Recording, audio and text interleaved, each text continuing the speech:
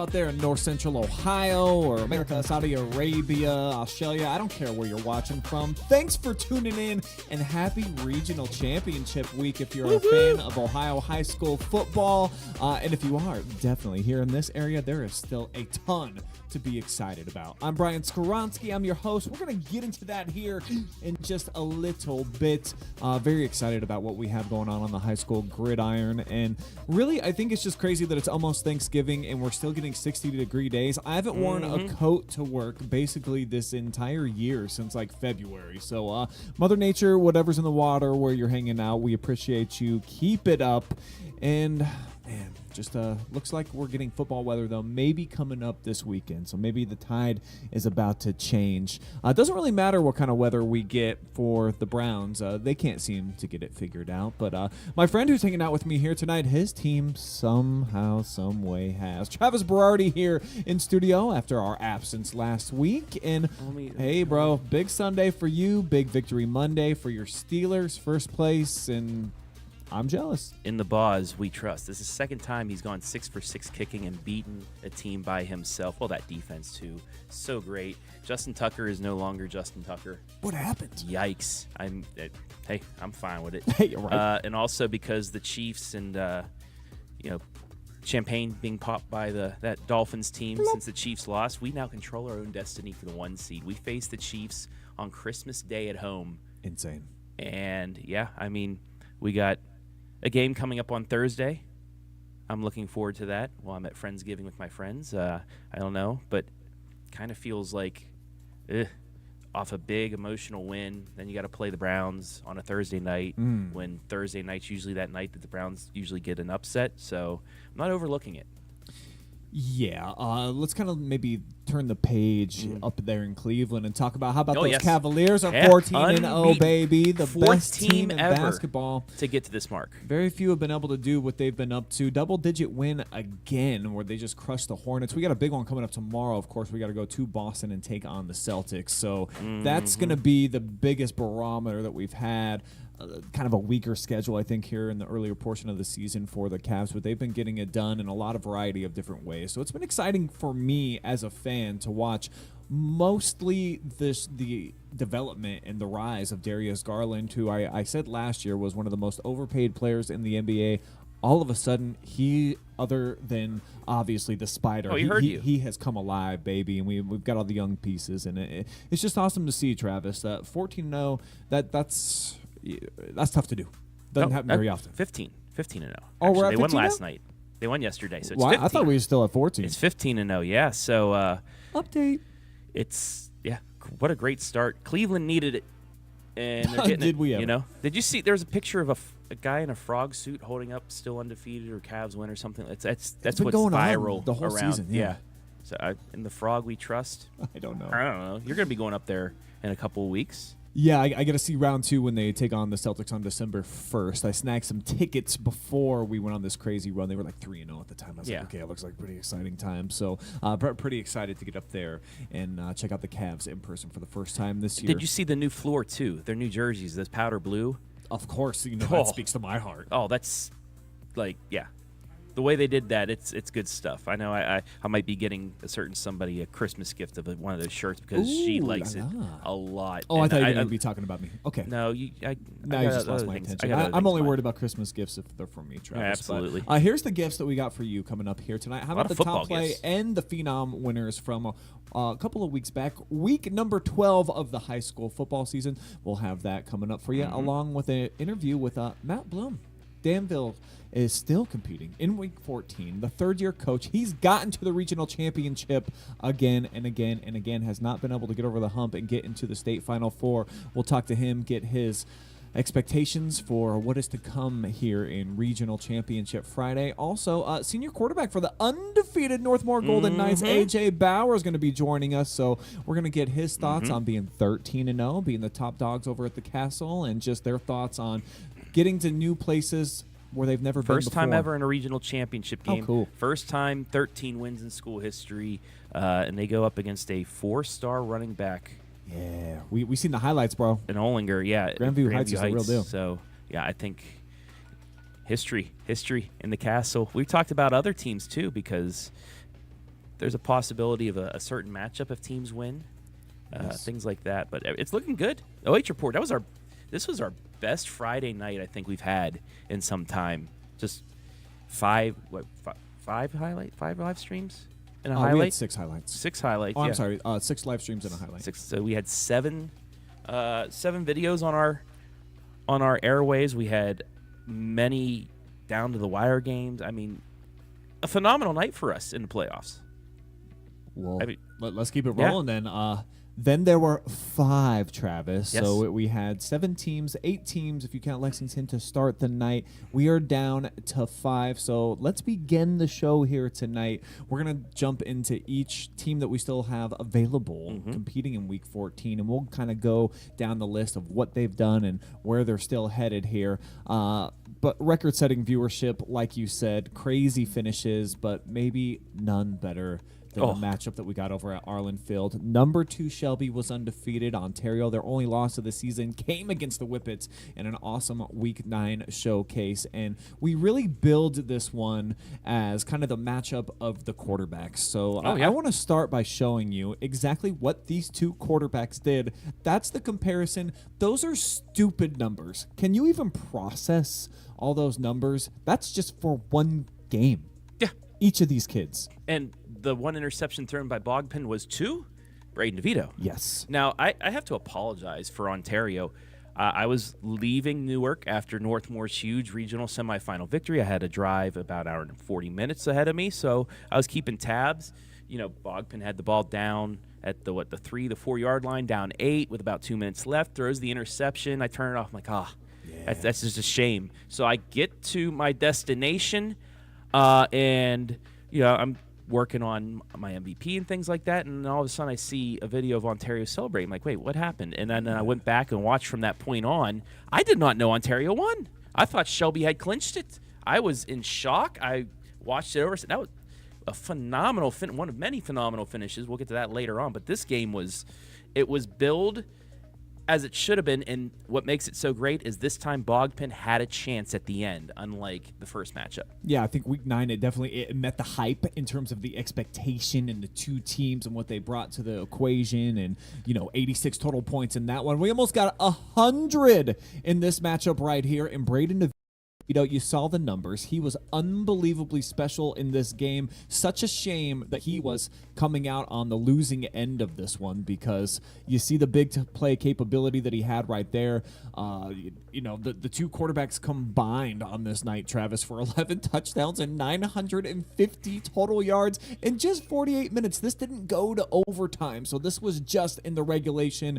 Really impressed with what we saw from Cooper Kilgore, the freshman kicker, 2 for 2 field goals, and then they needed him to make that extra point with just 12 seconds left to go ahead and ice it and get the victory, and they were able to do it. But I'm not sure how much more we can really just keep pounding into your heads how crazy of performance it was by both of these quarterbacks. Bogpen, we know the Buckeyes are on him. Who's going to start getting on the Braden DeVito train? It's going to start picking up now because he's going into his senior season. This off season, going into next year, it's when I think he's really going to get some big offers. But also, shout out to Richland County and both fan bases. I heard there were over 8,500 people packed into Arlen Field. We thought, it's such a big place. We don't know how it would be. It was filled. It was jam-packed. I was so excited to see just all of Richland County come out for this game, because they were in for what we thought was going to be a show, and boy, was it a show. I was nearly back to my destination by the time you got done with that. That's how long the game went on, but it was worth the price of admission. I live across the street. I didn't get home until almost 11 p.m. from this game, and some fans actually left early, Travis, because they felt like you. 22-point cushion going into the 4th quarter. Man, Shelby, they put it on them. They're going to run away with this game. Not so fast, my friends. We'll get to the highlight here coming up soon about what happened in money time, but it was just the play of Braden in the 3rd quarter in particular. You really did feel like it was going to be a runaway experience for Whippets fans who packed out the home side of the bleachers. And you do have to tip your cap to all of Richland County for showing out, because I was kind of like you in the thought process of, they got 4,000 fans to show up for the first game, and it was a crazy filled stadium over there at the Whippet Athletic Complex. No way were they going to get more than like 6. I personally didn't think so. I set up 3 cameras across the top of the bleachers. Didn't think that it would be kind of standing room only, and it was. I was really impressed to see that there were people crowding in and around our camera people, and they had bubbles in the stands over on the Ontario side. They kept flying up. It felt like a rave, more like a concert than a football game at different times. And over on the Shelby side, they had confetti, so everybody was having an unbelievable time, and they got a treat, because look at all these touchdowns. Look at all the big plays. Yeah. The offense, over 1,100 yards in this thing, 633 for Ontario, 441 on the other side for the Whippets. Plays of over 20 yards, 9 for Ontario, 7 for Shelby. And I think that was the big one where you kind of felt like, okay, they're turning out the lights on Miller and the boys. But au contraire, mon frere, my friend, because as soon as money time hit, this next highlight is going to be Bob Penn to John Mahon for 6. This is the opening play of the fourth quarter, and I really felt like this is where you kind of felt momentum. Okay, now they're only down a couple of scores. All of a sudden, Shelby, they fumble on their Joe ensuing Baylog, drive. score, stop, score. You're right back in it. They did that exactly. But this next play really was the game breaker. And Shelby went into their bag of tricks. They had so many gadget plays, misdirections, but it was this one for Ontario that really, I think, changed the entire course of the night. It always works. It always works.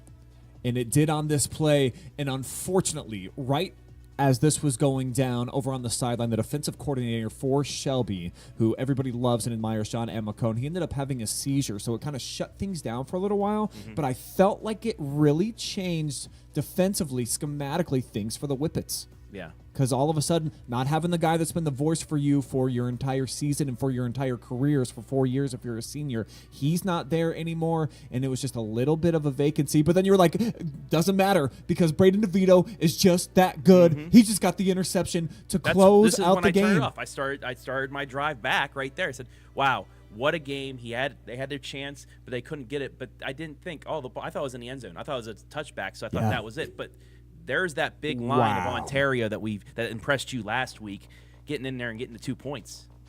And then off of that, history has been written. I think everybody kind of knows. Penn got the ball back in money time, money time, extra money time. And he had the check to cash. He had the motivation, the will, the desire. And what I thought was so cool, as we're going to show you after this next touchdown, is Bob Penn was so exhausted after scoring that they had to stop the game for a medical timeout. Yeah.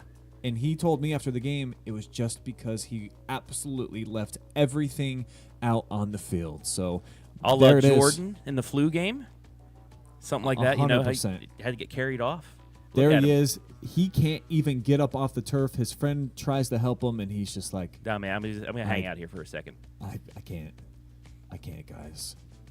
So let's do. Well, we'll show you Cooper Kilgore hitting this extra point though, and then we'll because jump to kickers Bob are Penn people sound. too, and they matter, Brian.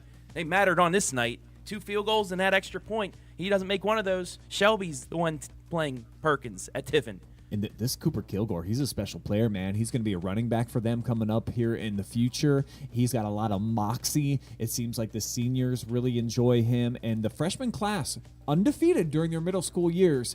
And I talk about, when Bob Penn and the boys, when they leave, and, how great this senior class is, and they've got a lot of size up front. Well, they've got some kids waiting in the wings looking for their opportunity as well. But look at Cooper. Shout out to Holder, though. That was a high snap. Yeah, he was able to get it down quick because that was almost blocked. The Holder's just as much of the MVP as him kicking that. And this is it. This is the last play. Our camera actually kind of missed this. Thought he was going deep. Throw across the middle. A hit. A fumble. Ontario, they celebrate. They win. Almost 100 points put on the board. What a great, great environment for high school football. I can't tell you how many people reached out to me and said that they thoroughly enjoyed just watching the entire thing and felt no team really should have lost that game. it lived up to the hype. Not many times can we say this is going to be. Well, I said it with Northmor a couple games during the regular season. Well, this could be the game of the year, and then, well, the Golden Knights were just that good and just ran away with it. Nice. You think maybe this was something like that, but no. Both times it lived up to the hype, and people left happy about it. It's like you go into a movie thinking, oh, the sequel of something, it's going to be so great, and then you leave disappointed. Nobody left disappointed except for the ones that left early. This was very much The Godfather Part 2, where you're almost just like, wow, that might be better than the original that we saw in Week 9. And when I talked to Bob Penn right after the game, here's what he had to say about just emptying the bucket. MVP, Mr. Bob Penn Miller, man, 22-point comeback. I've been searching for words myself from what you saw, the determination of this team. How'd you guys get it done? Oh, man, we just had more heart. We had heart. We got down, but we stayed up. We encouraged. I said a prayer, man. I promised those guys we were going to win this game at halftime. I said a little prayer and said, God, help me out one more time every play, and he did that. God bless. I'll give credit to God, my Lord and Savior. I'm losing my voice. You gave it everything you had tonight, obviously down to the goal line, game-winning touchdown for you guys, and you're exhausted. You need help up off the field. Have you ever unloaded the tank like this in your entire life? No, I don't think I ever have, but that's funny because the one thing I said before, and if I don't get carted off the field or something, then I didn't give it my all. And see, I gave my all right there. So special to get to talk to him like right at that moment, because he was just had to be pulled up off of the carpet there, and so for him to have just that perspective and that take and say, I said a prayer with my guys at halftime, we were going to get this done, and just gave all glory, of course, to the man upstairs. You can tell that he understands it, he gets it, and he knows he's kind of drawing some extra power from the universe. It's evident. And he knows what he has around him, a team that he can, wherever he goes, they will follow him. And, even with less than 2 minutes left, don't have the ball, that defense said, we're going to give you the ball back. Gotcha. They get the safety, and then he does the rest. It's a special season over at Ontario, and it will continue as we take a look at the brackets. Who will they play for a regional championship? Well, it's the team we thought that one of these two winners will play. And honestly, with the physicality of Ontario. Shelby wishes they were there. I feel like the 2000 election right now. Bob Dole. Anyway, yeah, we can take that down. But yeah, anyway, it's Ontario, but I think they have the physicality to go up against a Perkins squad and maybe punch him in the mouth. And now you see with Bob Miller in the offense and the ability he can do. I've been looking around. Some people put spreads out and stuff, and they think it's still going to be like a 2-score game in favor of Perkins. But I don't know. This game can show Ontario that they can do anything. They can be down big and come back, things like that. And, I think you're in for another show on Friday night at Tiffin. Let me tell you a little bit about these Pirates, Travis. We I know all about They're Ontario good. They're here. good. Number 1 seed for a reason, 12-1. Their only loss this year against the team who's still undefeated in Edison. That was by 1 point. I've in a seen them. thriller, They're good. I think back in week number 8. The Pirates in the playoffs so far, they've scored 131 points in their 3 games. They've allowed just 38. 21 of those came last week against Napoleon. And their quarterback, Sam Schweinfurth. I'm going to have to figure out exactly how to say that. I haven't seen him in person yet. 35 tutties, 6 interceptions, but it's Isaac Bunce in the running game. A 2,000-yard rusher would have been the the area leader if we brought in the SBC kids. Yes. Over 2,000 yards, 27 touchdowns. He's putting up 160 per game, so they're very balanced attack. They're similar to Ontario in the sense that they've got an unbelievable running game, and they can also throw on top of it, but they provide, I think, a little bit more within their bag of tricks where you're just not sure if they're going to turn and hand it off. A lot of Ontario's offense is Bob Penn drops back, and nobody is good enough defensively to come up with a scheme that shuts him down. That was the problem against Shelby. I've seen some of the comments flow in on social media and what they would have done. Good luck. Good luck trying to stop a guy who's going to Ohio State and has that type of wiggle and the things that he does. I don't know what you really do other than try to put 2 spies on him, but he throws it good enough that it doesn't matter. He showed it in the highlights there. So this is going to be one heck of a game. It's going down at Tiffin Frostcow Now Stadium, another big venue, and I expect that baby to be packed. And they've had experience with that last year when they faced Columbian at Tiffin. Sure. I don't know if you can even think about comparing Columbian and Perkins, because I think Columbian was a high seed as well when Ontario went up there in the second round to play them. But, they've had that experience. They played on that field before in the postseason, but they're better this year than they were last year. They did lose some pieces. We've said this all year, but they're physical, they're big, and they have Bogpin, who has had a whole year to learn going into a game like this. And, it sounds like the quarterback you're talking about from Perkins sounds kind of a little bit like DeVito. Yeah. They faced a quarterback that puts up a ton of touchdowns. They faced a running game, even though it was mostly DeVito, that has put up a lot of yards. So I think it's not something that they're going to go in and be like, oh, man, we got to go up against this team. They've already faced, most likely, a Mr. Football finalist twice and almost beat him twice. Beat him last time. But I think they're ready. And you guys can watch the game. It has to be on a tape delay. Spectrum's going to be there. If you don't want to pay the $10.99 or $12.99 or whatever they charge and you want to watch it on the OH.Report, we will have the full broadcast for you at about 10 p.m. following the game. I'll be on the call along with Sean Adams. So really looking forward to going up to Tiffin and see if Ontario can continue to get to places where they've never been before. The most ones they've ever had in a season. They've never been to a regional final. So kudos to the Warriors, Bob Penn and the boys for keeping it going.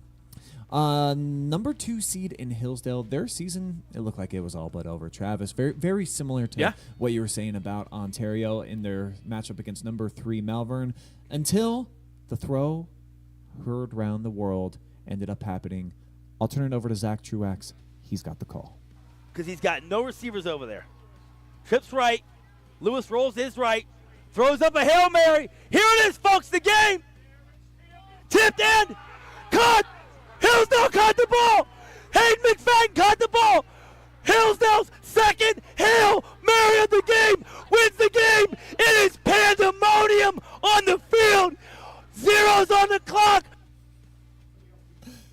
My gosh, get the man some O2, right? My goodness, so rare to have a walk-off Hail Mary in any sport, in any level, I should say, in football. But to have 2 in the same game, dude, what a special night for the Falcons. And sometimes I feel like the universe, it tends to kind of unfold as it should. And the sports guys were just like, nah, we can't let these guys go out. Not tonight. And you saw there the Hail Mary, as it's being called now online. That's good. That's good. I like it. One of the places where Kale goes and works out, they retweeted our highlight of the touchdown. Said that's the Hail Mary, and that's a great name for it. But man, Hillsdale, they gave up an onside kick. They were up big towards the end of that. Malvern comes all the way back. They were facing a 4th down and long and completed a pass, a missed tackle for a touchdown with about 20 seconds left. But then a nice return by Hillsdale.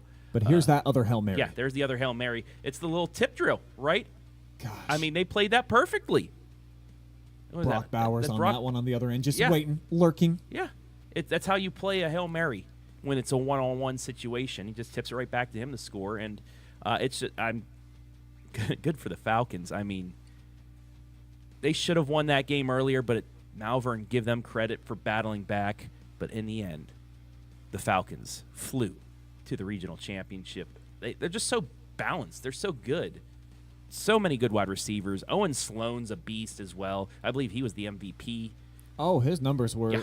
Now, they haven't utilized Owen like they did in this game all season long. Here he is getting in for one of his 3 touchdowns. He toted the rock 37 times. Now, I've seen Hillsdale 3 times this year, and they'll give him 15 to 18 carries, and then they'll mix it up in the passing game. They really felt like they had to lean on him in this game, and he came through. But at the end, Cal Lewis, this is his 3rd touchdown. Hayden 2 McFadden. of them coming off of the tip drill on the Hail Marys. He had 174 yards. So cool. So here's what lies ahead here. Division 7, Region 25. As we'll pull up the bracket and see that the Falcons, baby, you mentioned they're flying here into the championship, and they've got an upset-minded team that's gone on the road twice and knocked off teams at their own buildings. And then last week, Cuyahoga Heights just beat Warren JFK, who's been a perennial power in Division 7. A very young team. They've got a sophomore quarterback. A lot of the roster is comprised of 10th graders as well. Mm-hmm. So I am shocked to see that Cuyahoga Heights is still playing. What a cool storyline for them. I think Hillsdale is going to feel like they're going to be a big favorite going into this one because they've got some veterans on the team, of course. And, man, That's going to be a fun matchup. I mean, we saw Cuyahoga Heights scored a couple unanswered touchdowns to knock off St. Paul. Then, they knocked off Western Reserve, the top seed. JFK knocks off Monroeville after Benford went down at the half. And, things are working out, I think, for Hillsdale. I said it last week on our show that I think the Malvern-Hillsdale winner will be heavily favored going into this and most likely will win the regional championship, and it's looking just like that. I mean, Cuyahoga Heights, they had a phenom a couple weeks ago that we had on there. They'll have a team, but I think just Hillsdale's so balanced, so good defensively as well, and they're battle-tested.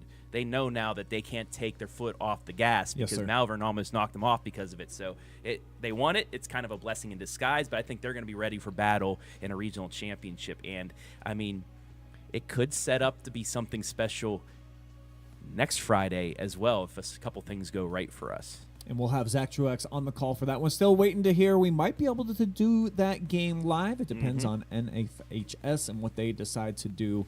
Like I said, Truex will be back on the call. And he does appreciate, he said he got reached out to by even some strangers that just said, hey, excellent call. Looking forward to seeing you coming up next Friday night. All right, so let's move on. And Big Walnut in Ashland. That was a really good game, at least on paper. And Noah Burley, though, kind of made it not so much that. Here he is getting in on the first couple of touchdowns to make it 14-0. Ashland would eventually get on the board. Carson O'Brien drills a 23-yarder. Now into the third quarter we go. Nathan Bernhard to Tyler Saunders. Check out that cutback. Whoo, 60 yards. So now we've got a game 14-10. But it was the Nolan Burley show. This is one of the most special runs you are ever going to see on a high school football field. I'm going to clip this. I'm going to throw it on the TikTok. I'm going to let you kids go crazy with sharing it. The cutback ability. In between three defenders, he throws one to the ground, and he's able to get into the corners. 70-yard touchdown run. But wait, there's more. Nolan Burley's going to get in for the fourth time on the night, coming up here to close things out. He's got the speed when he gets to the second level that nobody has an opportunity to try to catch up. 28-10, the Golden Eagles. Burley's numbers, 332 and 4 touchdowns. That's putting the city on your back. So Sunbury knew that they had a special type of talent this season. Good. He's really good. This is his biggest number so far this year. So in the biggest moments, your stars tend to shine. Ashland was undefeated coming into this game. Bernhard, of course, every Division I program wants him to come play on Saturdays for them. And defensively, they did enough, holding Ashland to just 10 points. That offense has been going berserk here as of late. But the Burley show, man, on offense, that's going to be tough to deal with, even if you are the defending champion, Ashland Tigers. I mean, don't count out the Ohio Capital Conference either. Can't do it. They lost that first game, and then they went through some tough competition to get to where they are right now as we take a look at their bracket. But they've rolled through the first half of their playoff schedule. Yeah, they knocked off Logan easily. They lost off Perry easily, and then second half just ran away from the Ashland Arrows. But you get the program in Massillon, Washington. Program. Yeah. Their first ever playoff championship we showed you last year. But before that, I mean, all the AP titles, all the national titles. They got an indoor practice facility, all of that's coming with it. I was up in Massillon over the weekend, and just everybody's pumped to see the Tigers. But I said, I went to the place called the Viaduct, and they have these tiger fries. I said, I'll have some Golden Eagle fries, please. Oh, did you really? Yes. A couple people were like, what is that? It's like Big Walnut. We'll see you on Friday night down there. But I mean, what a crowd. Again, at Arlen Field, we had a great crowd for the Shelby, Ontario game. But I mean, Massillon's going to bring. They love that place. They love Arlen Field in the playoffs. Their mainstay there. Yeah. They faced Big Walnut there, and Big Walnut too. Here that they've been trending. They've been getting into the playoffs. They've been playing in some big time games, but this is the biggest I think they've ever had. It'll be a better game than people think will happen. Again, I think Massillon's a 3-touchdown favorite in what the people that put odds out. But I think it's going to be a much better game. I think Burley's going to get his own, and I think they're going to be able to at least stick with them, and we'll just have to find out how it ends out, because I think that's going to be a really good game. Now that they're an independent, did you see their schedule? The who's who that they've faced? They went to the Nike facility and played up there. They've played teams from Texas, Maryland, New York, the UK, New Jersey, Europe, and Canada. And then, oh, by the way, like Canton McKinley and then their favorite teams here from the state of Ohio. So they've seen a lot of things, and so far in the playoffs, they're averaging 42 points a game. They're only giving up 9 points per game. That's what we kind of all assumed was going to happen. Yep. They are unbelievably loaded with talent, but I think Big Walnut, too, they've got enough. They've got some big hungries up front that if they can open up some holes for Burley, I think he could play for pretty much any team in the state. He's that type of special. So looking forward to seeing this one. Of course, this will have to be on a tape delay. It's Massillon. It's Big Walnut. It's Arlen Field. But we'll have this one. It should be at about 10 p.m. Bryce Coder will be on the call for this one along with Micah Flack. So we'll have a delayed broadcast for this one as well. Travis, your Northmor Golden Knights. You darn right. They're still playing, baby. Oh, yes, they are, The number 2 seed, the best season in program history. 13-0 so far on the season, and we've got a special treat for you right now because the leader of the offense and a soon-to-be All-Ohioan, senior quarterback A.J. Bauer, is on the line. What up, A.J.? How you doing tonight? How was practice today? I know it was pretty good weather for you guys out there. No rain, anything like that, but how'd practice go here on this Monday? It was good tonight. We just lifted and watched film. But you got to tell me, like, how is life as the king of the castle right now? You're the starting quarterback. You're a handsome kid. You got great hair, undefeated. You're going to be an All-Ohioan. I got to imagine this is, like, your favorite stretch of life ever. Yeah, it's pretty cool. I mean, tell me, what does AJ stand for? I've always been curious. It stands for Andrew James.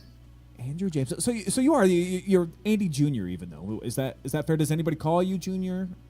No one's called me Junior. Some people do. That's what they call him, AJ. That's why. You're curious. Okay, yeah, it makes sense. So if you got to choose your own name, though, if you could just magically erase AJ, is there anything that you would like to be called when you were growing up? Did you have like a special name or anything, or are you cool with AJ?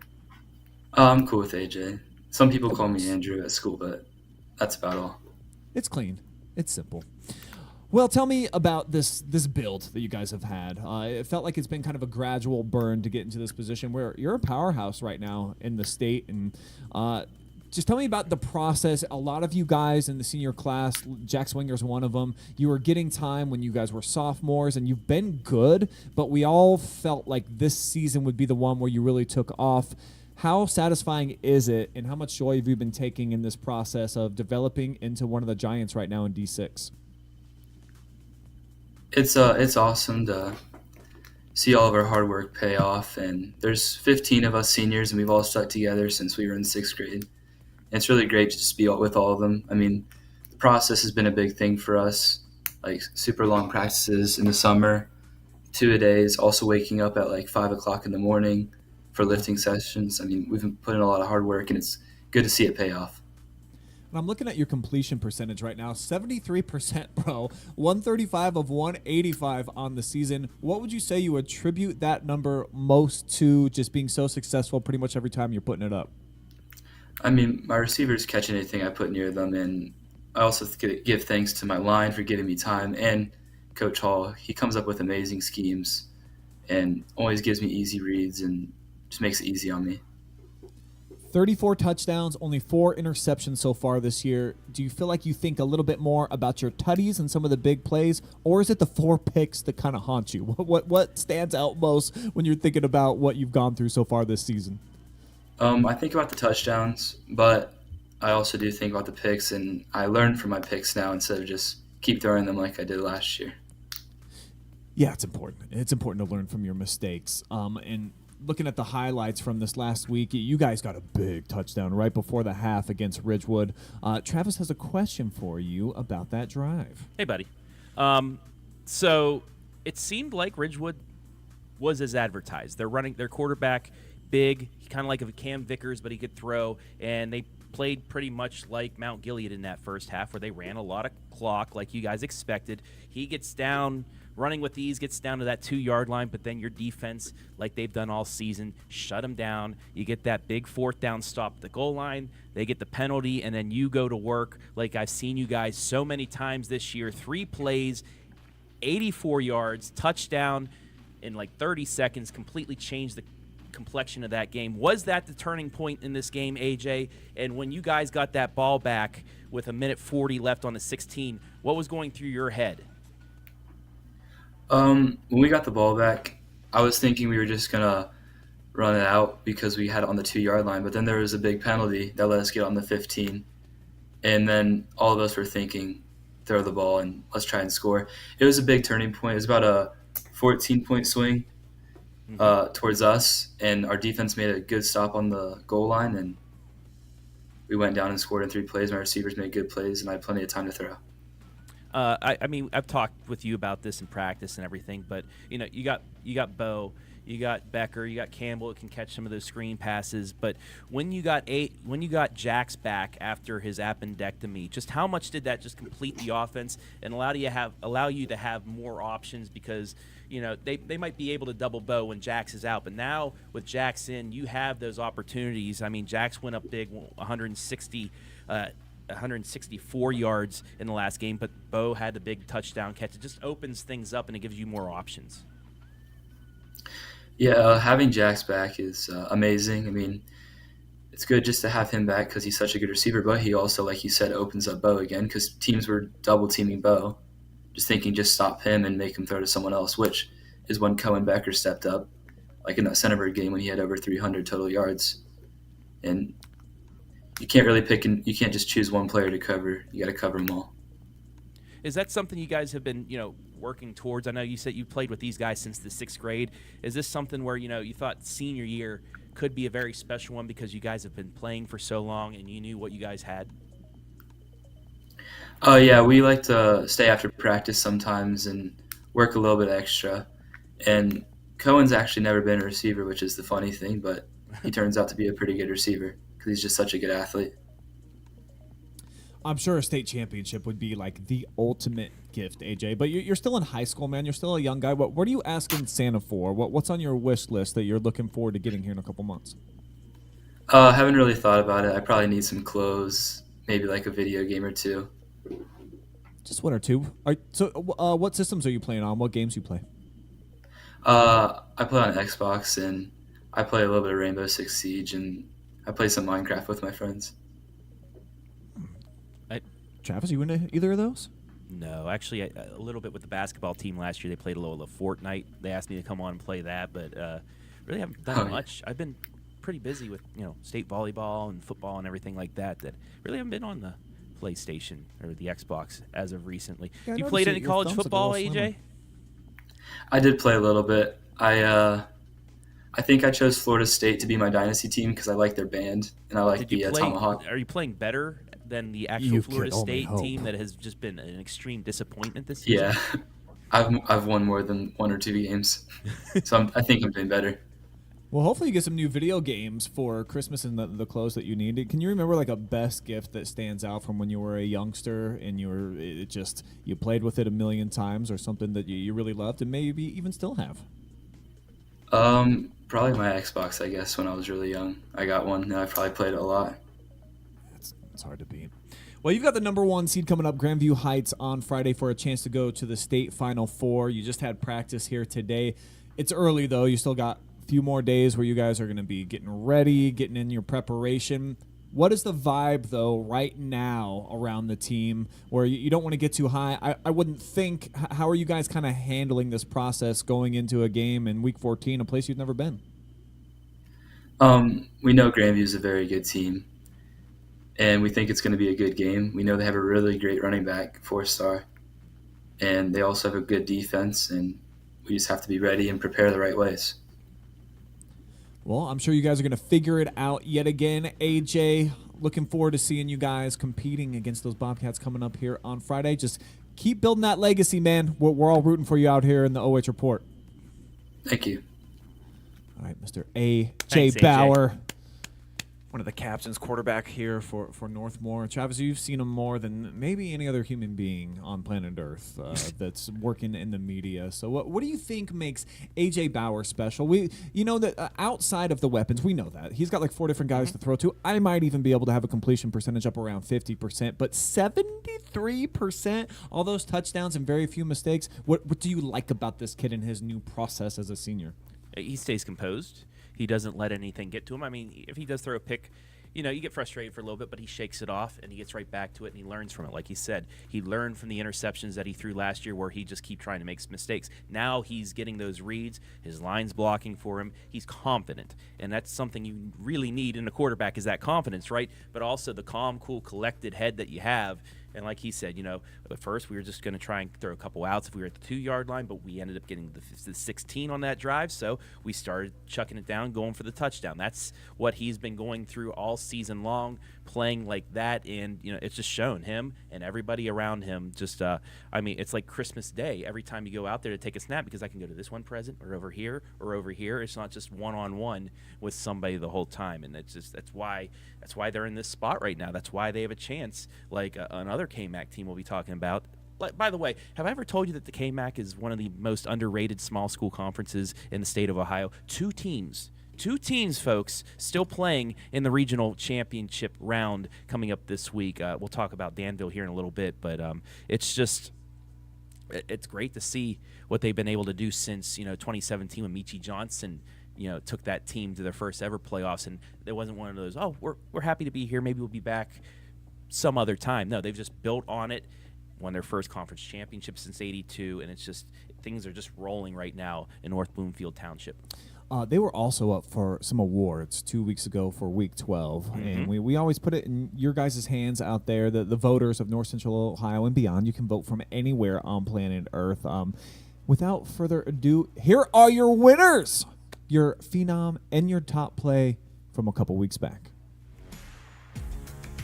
Here comes your Friday night phenom from week number 12.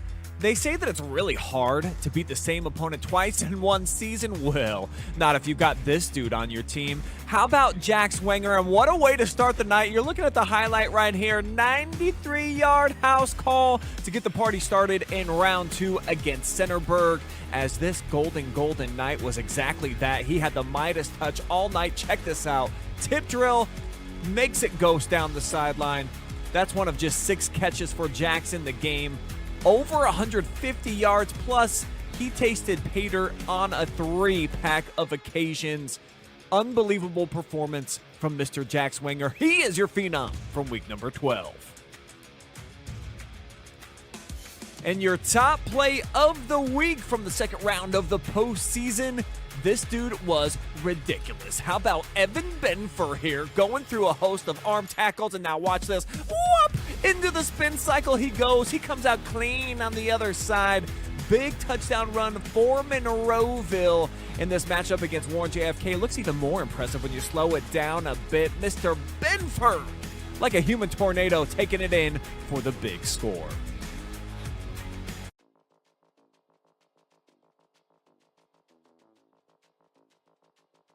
Once I slid one in, and I was not on the winning end that year. But this is what we are going to do. We're going to take the 12 winners for the top play. It's kind of harder with the phenoms just because they're all great performances, but I am going to put them all in one big clip, and I'm going to let you guys vote on what the top play of the year was from 2024 from weeks 1 through 12. So that will be coming up. We'll post that next week. The 12 plays of Christmas. Sites. The 12 plays of OH.Report football.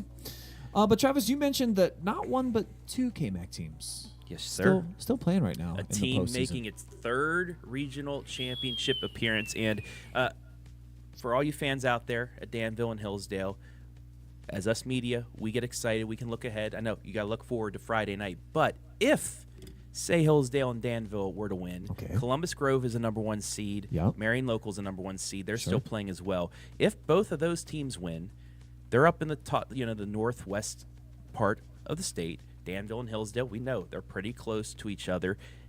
Usually the OHSAA does the state semifinals by geographics so people can go to the games. So it makes me think if Columbus Grove and Marion Local take care of business, Danville and Hillsdale take care of business, we could see a Hillsdale-Danville state semifinal. How cool would that be? And I think personally, we already talked about Hillsdale and we're about to talk about the Danville Blue Devils, but I really think both teams can get it done and we will see that state semifinal. Well, with what we've seen in the tournament so far as kind of any indicator as to what's about to happen on Friday now, the number 1 Danville Blue Devils will indeed be playing in the state Final Four. 3 straight running clock victories after they smashed number 5 Miller 46-6 on Friday night. And the mastermind, Travis, behind their dominance, third-year head coach Matt Blum, joining us right now.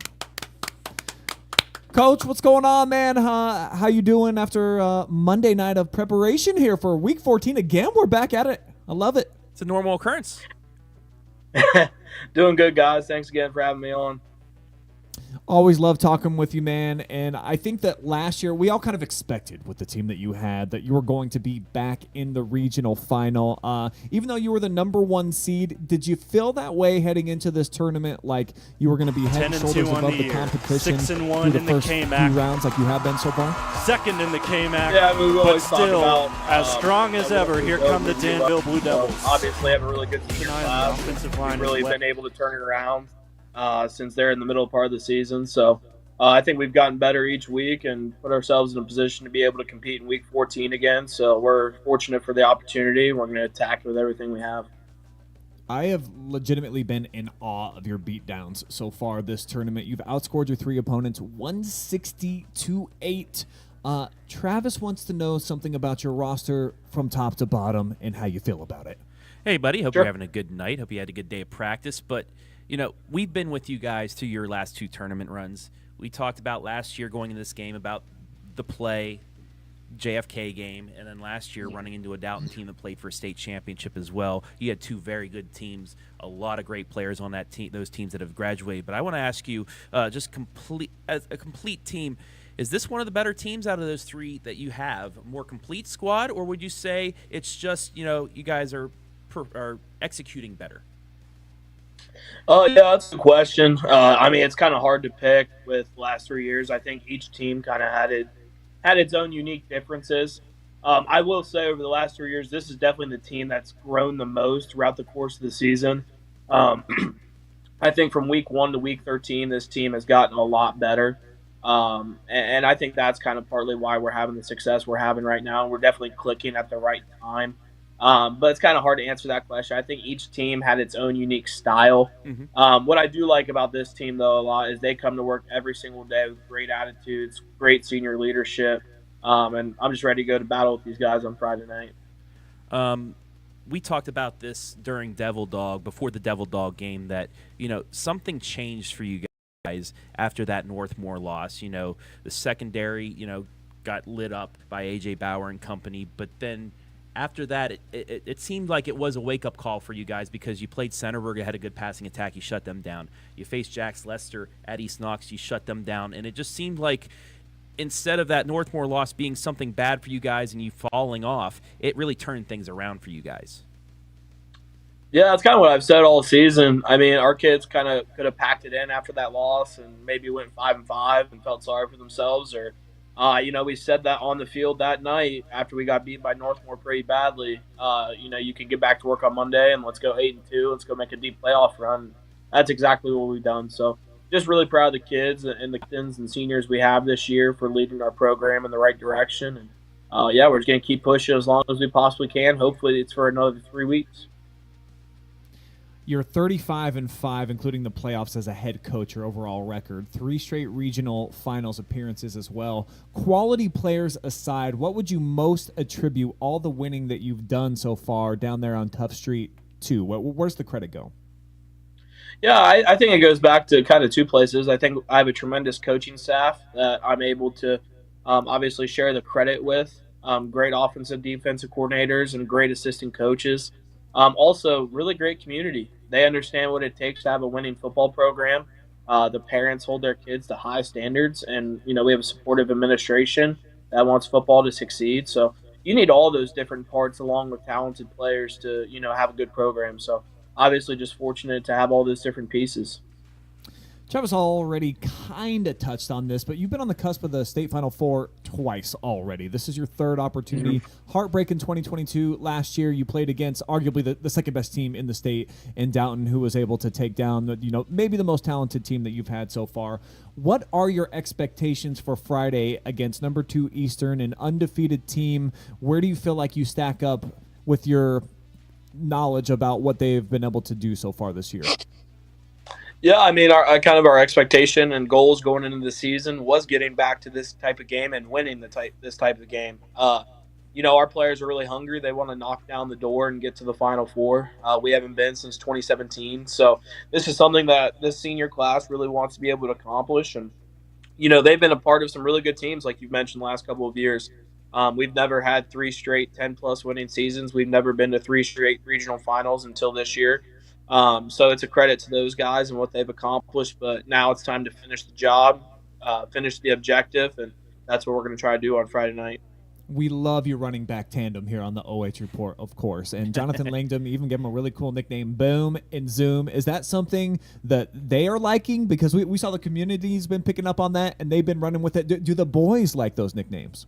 Yeah, they love it, man. We appreciate your coverage. You guys do a great job definitely supporting our athletes. And they love the nickname. We've really adapted to it, and it perfectly describes them. I mean, they're a very, very, very tandem together, along with an offensive line up front and tight ends blocking for them. So, we're going to ride that as long as we can. You got any other kids that got some cool nicknames on the team that you can share with us? Man, off the top of my head, I don't think anything can beat that. I mean, that's a pretty good one. I mean, sticking with that, I called a couple of your games, the Mount Gilead game, a few others going up the Loudonville game throughout the middle of the season. But I saw Cy Wallace get some carries, especially early on, but then he really broke out in the second half of the season, and that opened things up now because of the boom and zoom. It makes teams now have to focus on not just Aiden Burke, but Cy Wallace. How much has he helped you guys out in this stretch run to just open things up offensively? Oh, yeah. It just adds a completely different, element to our offense. And, Cy was a fantastic junior high player, but he actually never played running back until this year. So, really? It took he was a receiver all throughout junior high and growing up. So, it obviously took a lot of adjusting at that position. So, that's kind of why we tried to ease him in there for a little bit. He really had a breakout game week 7 against Cardington. That's when you could argue that he kind of started to find himself.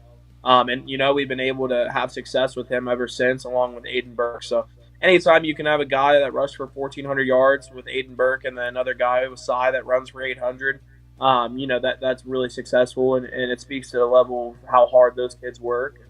So great bunch of kids, and we're going to try to do the same thing Friday night. And, Coach, you guys can throw it a little bit, but just barely above 1,000 yards. And I'm no mathematician, but 13 weeks in, that's probably only 80, 85 yards a game. So you're truly getting it done, just lining up, and you're just saying boom and zoom are coming at you. And then plus defensively, you guys are holding teams to about 10 points per game.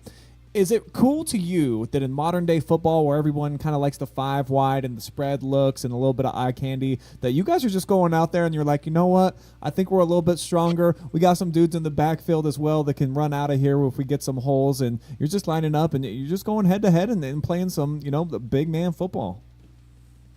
Yeah, I mean, kind of when I took over 3 years ago, you want to have an identity, not only for yourself but for your program. And year in, year out, no matter what type of players we have, we want to be able to run the ball successfully and stop the run successfully. And that kind of what our brand is at Danville. I think we have tough kids, come from tough households. So we kind of fit that mantra a little bit. But I think both of our, like I had mentioned earlier, I think both of our coordinators do a really good job on both sides of the ball, game planning, both on the offensive and defensive sides. And offensively, I think we've been, throwing the ball a little bit more towards the later half of the year. Our goal is anywhere between 10 and 15 attempts per game. And it's just really keep the defense honest and also get some of our receivers the ball because, they can be playmakers too. Coach, I talked about this in your intro. I truly believe the KMAC is one of the most underrated conferences in the state of Ohio for small schools. I mean, if Centerburg would have been seeded a little bit differently, I really believe we could have had 3 teams playing for regional championships this Friday. Just, I guess, talk about how much the KMAC should be noted as one of the better small school conferences in the state of Ohio, because you guys have up and down the standings, you had a chance of getting 6 teams into the playoffs. I mean, Mount Gilead picked it up late, but they gave you a test. Centerburg played real well. Fredericktown got into the postseason. You're seeing what Northmor does. East Knox, if they didn't have some injuries early on, could have made it as well. Just up and down. This is a conference that gets you guys ready for long playoff runs, and it's showing it this year with, I believe, one of the few times ever in conference history having 2 teams in the Elite 8. Yeah, I think our league is tremendous, top to bottom this year too. I thought it was a really, really competitive league where, on any given night anybody can get knocked out. And yeah, to your point, I mean, I think if Centerburg was seeded differently, they definitely could have made a run. Honestly, I think if Mount Gilead could have gotten into the playoffs and got the right seeding, that they could have made a run. I think they were really close in some different ball games. Fredericktown, I think they had a lot of really, really good pieces this year. So, yeah, top to bottom, I think it's a really competitive league year in and year out. And that's the type of football you want to play because, honestly, I think that's the reason why we've been able to play to Week 14 the last 3 years, because of our tough conference schedule. And I think we've challenged ourselves in the non-conference as well. Being able to play 4 D5 teams this year, it really gets you ready for, the Division 7 playoffs. So, yeah, we're just fortunate to be a part of it and compete in a really good league along with great coaches and great players. It's typically like schools and teams that have mascots, but if ever a conference had one, Travis Berardi is that for the KMAC. So we do salute you, KMAC Trav, for putting them on full display. No longer underrated. They are very well known. So are you, Coach. We're all hoping that this is the year that we get to see you on the sidelines in Week 15. So best of luck on Friday night. Bring that tough from Tough Street with you down to Logan. Thanks for joining us, bro. Thanks, Coach. Thanks, guys. Go Blue Devils. That's right. Wow, what a run for Matt Blum since he took over at that program. Like he mentioned, Danville's a very proud program. They've got a lot of numbers on some banners down there. And for he to be the first coach to take a team to 3 consecutive regional championship games, and it's less watered down. Now that there's more teams in there, there's more of a chance for you to slip up, I guess I would say. This is true. So they're doing something that's it's pretty rare. I mean, look at his first year. He had to go through Lucas, who was really good. Hillsdale. Yep. You and I saw that game. Crazy Tough game. Street was amazing. And maybe we see that again in 2 weeks. You never know. No. But they had a tough schedule right off the bat, and then JFK. I mean, it still hurt. I'm not going to talk about that. And then last year, again, running through teams until they found the Downton Bulldogs, who go up against Marion Local in a state championship game too. The 2 teams that they lost to in the playoffs both played for state championships against Marion Local in D7. Sure. So this team battle tested, and now I've said it before too. This is a very favorable region this year because the Doughtons, the Lucases, the Hillsdales weren't there. I mean, Eastern, no slouch, 13-0. Got to go up against them, but I still think Danville will be a favored team in that. And if they do what they're supposed to do, just like Northmor, I believe we could have 2 KMAC teams in the Final 4. In D6 and D7. Look at that smile. Mean, that's Come pretty darn on, cool. He is brimming from ear to ear, hey, baby. And we could, then the OH.Report could have multiple teams. I think we could have a few. We'll be busy after Thanksgiving too. This is, I think honestly, coming into this season, did you think we were going to be this busy this late into the football season? Well, I admittedly have to say this. Now they got the number 1 seed, which I was like, Danville, and then I went and I looked at their schedule from top to bottom. I was like, oh, they've only lost to 13-0 Hopewell Loudon and 13-0 Northmor. Both in D6. They've kind of handled everybody else. So they've proven themselves. I didn't know that they were going to be this tough, this physical, and the running attack has just absolutely blossomed. You mentioned it. That now that they have the Zoom to go with the boom, and it's not just Aiden Burke out there making the crazy highlights, which he did all year. Oh, and he's been on our top plays. I don't know how many times, almost every single week. But now that they have a 2-headed monster, and every now and again, all H out of the backfield, he can toss it a little bit, and even with the Philly special, or now the Danville regular, whatever you want to call it, they've got a few tricks up their sleeve. I think that I don't know anything about their opponent. I haven't done no research whatsoever. Beaver Eastern, hey. But I really feel like Danville's probably going to be the more physical team, and I will be stunned if they don't score at least 40 points again, just lining up and running it. Well, I see Coach Blum still watching, but I will say this. Hey, that Danville jump pass worked in a regional championship game 2 years ago. If you want to go back to that at some point, that'll make me very excited while I'm watching from my game for Northmor. But, hey, and then the Danville regular, which was the Philly special. I mean, the Danville special, it's still the jump pass. Yeah. I mean, just watch that JFK game and our reaction when they ran it to take the lead. That was great. I mean, that was cool. But then you have the little Tough Street. We'll call it the Tough Street special, the Philly special. How about that? You got the Danville special and the Tough Street special. But I'm very excited to see this Danville team play on Friday night, just like the Northmor team. I honestly think we could have 2 KMAC teams playing in the state Final Four, and then maybe, an upset here and an upset there. You might get an Ontario. You might. I do think Hillsdale. We could have a lot of teams playing after Thanksgiving, practicing on Thanksgiving. I said playing in a state championship game, number 1, but number 2. You get that practice Thanksgiving morning. That's special in itself. That's tough this year because they pushed that Thanksgiving back like as far as they right. could. So you got to be playing in a state championship to be practicing on Thanksgiving. But we will have Danville also on a delayed broadcast, right? Their game has been chosen too. No, not yet. Oh, we don't Hillsdale know and yet. Danville are 2. It's if the NFHS goes in and swoops that away from us. So possibility that you might be able to watch your Blue Devils live and free, but that's out of our hands at this point in the season. We say it every year. The OHSA gets greedier and greedier, and they don't let the small guys that actually cover the teams all year do it live. They bring in others. And Thanksgiving's next Thursday, so they'd be It is? playing in the yeah. Oh, I thought it was No, 2 weeks. We're yeah. What day I is always it? go to my Friendsgiving the week before Thanksgiving. That's this Thursday. Monday the 18th. Yeah, so we're 2 Okay. weeks. So it's usually regional championships, but Yeah. last year was Final Four as well There because we I go. was home and did Dalton's thing. Okay. But yeah, so you just got to make the Final Four to make it to Thanksgiving Indeed. this year. So But there it's all laid out for you guys. We are going to have 5 full broadcasts for you coming up on Friday. We know at least 3 have to be delayed. Hopefully we can have 2 live and free games. That'd be pretty cool, but that has not been the case. Regional championships so far, OHSA has come in and monopolized it here the last 2 years. Money, yeah. We assume it'll be 3 years in a row, but you can watch those on the delay, and then they're up there forever. So unlike what even OHSA if does, say those streams don't work, like Watch last them year, forever. Danville fans roll my eyes, but it will still be there. Not live, but free and forever. Free and forever on the OH.Report. Yeah, we'll have to rebrand it coming Free up and here forever. this Friday night. Yeah. Well, Travis, for the final time in their high school careers yesterday, the best high school soccer players that we have on the pitch in the football all competed over at Crestview, and you had an opportunity to take in the action, the boys and the girls all on display. And we've obviously we got some awesome special talents here in North Central Ohio. We really always have. We are one of the hotbeds for soccer in the entire state, and 2 pretty good contests.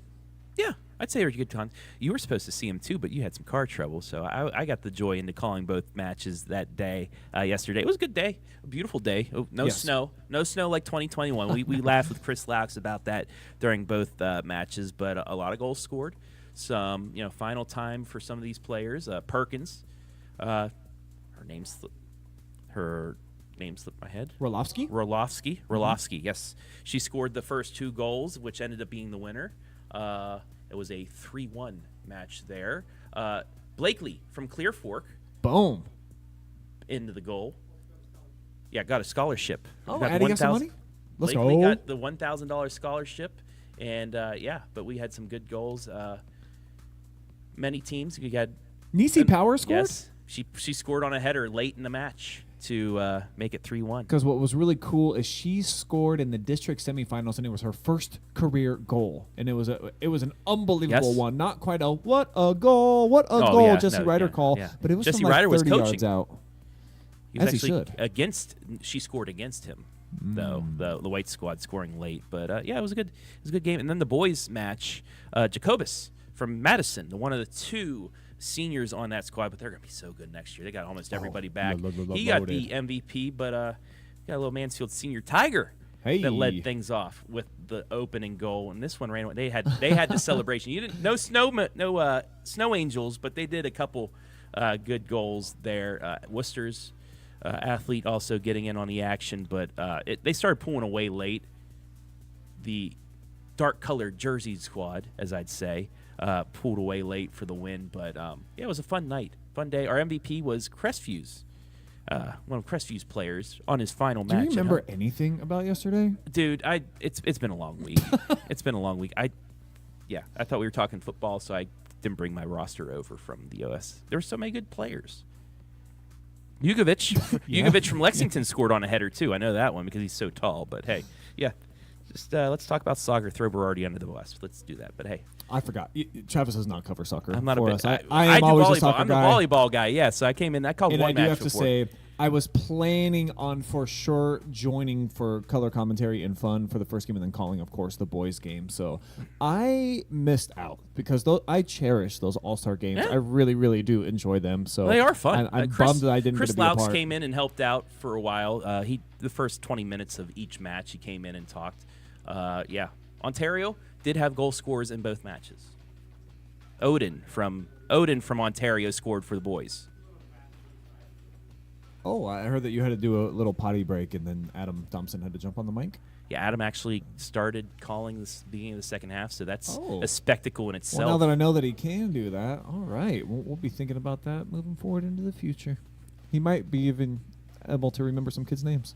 I think so. Yeah. Hey, Jugovic scored. He's tall, man. I mean, he he's like 6'6". Yeah. I think so. stood out above the rest. Hey. All right. Well, here on the OH.Report this week, obviously we don't have basketball just yet. So Friday is going to be that's like our golden goose. That's what we got going on. We're going to have a build up towards that. I'm probably going to reach out. I'll go back over to Ontario practice. I'm going to to be at Northmor tomorrow. Yep. Talk to some new players that I didn't speak to last week. I think Shane Young's also going to head out to some practices. Jonathan Langdon said he might head back down to Danville. So we'll try to get he's their good luck charm in the stuff. playoffs right now. You know, we got to keep our people in place. We can't mess up the juju right now. So we'll inform you a little bit more on Wednesday. We're going to drop our schedule and let you know if we can do those two games live, and if not, we'll show you exactly where they're going to be on our YouTube channels. Of course, it's always on Facebook, and some of the travel distances are a little bit different from others, so it'll be after 10 p.m. that they all get on. Then we have to at least wait till then. Some games might be staggered. We'll get them on when we can, but rest assured, again, they will be up forever. What was it? Forever and free. For free and forever. Free and forever. So before we close out tonight, I do want to do a quick belated birthday shout out to Grandma Carolyn Nicholson. Turned 82 years old yesterday. I was going to call you during your party, but I was told that you were having a great time. So I'm going to call you tonight when I get home. And then tomorrow, looking forward, my mother, Nancy Skoronsky, will turn the tender age. Are you supposed to say a woman's age? But maybe No. they get to a certain point. You can, unless you want to embarrass your parents, you can kind of put it. I don't know. She's older than me. So I know that. Really? She's turning a year at least older than me. So shout out to Grandma, and my mom, Nancy. Love both of you very much. Appreciate you for, I don't know. Having you? Just doing stuff and being matriarchs, all that cool things. Yeah. Get to see them at Christmas. Yeah, looking forward to seeing them. And You're taking your normal trip, right? You guys are taking your normal trip for Christmas? Not for as long, unfortunately. Now that I've got a daughter who's in basketball, and then we get to do something super special this year down in Columbus, where we get to see the best high school boys basketball teams that we have in the state of Ohio. We'll tell you more about that when we get all the details lined up, but we will be the exclusive video provider for something coming up here on the 28th, 29th, 30th. Normally we'll take 6 days. 8th, and 9th. We'll stay 6 days. Now we get to go for like 3. So kind of sad, but at the same time, still get to go see mom and grandma and everybody. It's going to be cool. Nice. But that's all I have for right now, Travis. We still got Thanksgiving. You got And we still got football. So we'll talk about basketball after we go to Hall of Fame Stadium. We'll get to the hoops later. Enjoy your Monday night and your Monday night football or whatever. Joe Mixon scored on a 45-yard rush like 1 minute in. Oh. So that whole over, I didn't bet it. I didn't bet over 50 yards. I was going to do that and a touchdown, but no, didn't do it. Didn't make a bet tonight. I won last night. Like, I'll just hold off. And it's already bitten me. Oh, well. Sorry about it. It's all right. All right. See you guys Friday.